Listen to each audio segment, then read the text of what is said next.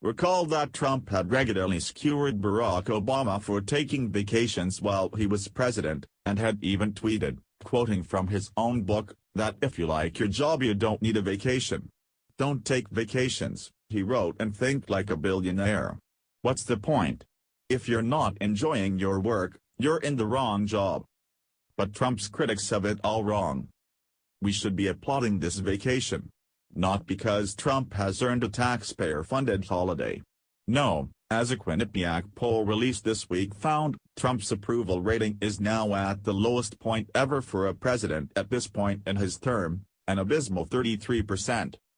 What's more, Trump has already spent millions and millions of dollars of our money, yours and mine, jetting off to spend weekends at one of his private country clubs to get a break and often play golf.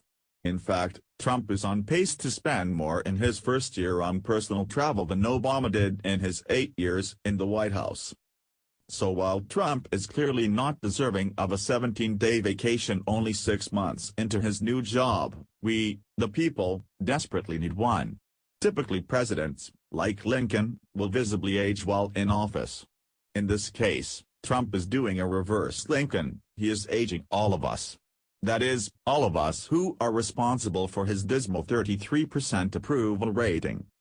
Between his alarming policies, his alarming tweets and his alarming gaffes, he may actually be generating enough agita to shorten my life expectancy. The Trump presidency reminds me of this season of Game of Thrones, which has been trimmed from the typical 10 episodes to 7. As a result, more action than ever had to be crammed into a smaller period of time. So let us hope that for the next 17 days, we can all have a Trump cation. We can return to the lives that we enjoyed before Trump, we can spend more time with the family. Take up a new hobby that is actually healthy. Maybe even figure out what the Kardashians have been up to. Kidding, the one upside to Trump has been we don't hear about the Kardashians anymore. Of course, the big question is, will Trump ruin our Trump cation? It's very possible. I get the sense Trump is like the boss who calls you just after you finally got comfortable on the beach on day one of your getaway to ask you a quick work question. It's good never quick. The fact is, it's hard to believe Trump will tolerate being out of the headlines for too long.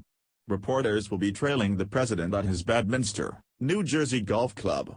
And he will likely call a press conference at some point to lash out at someone or something.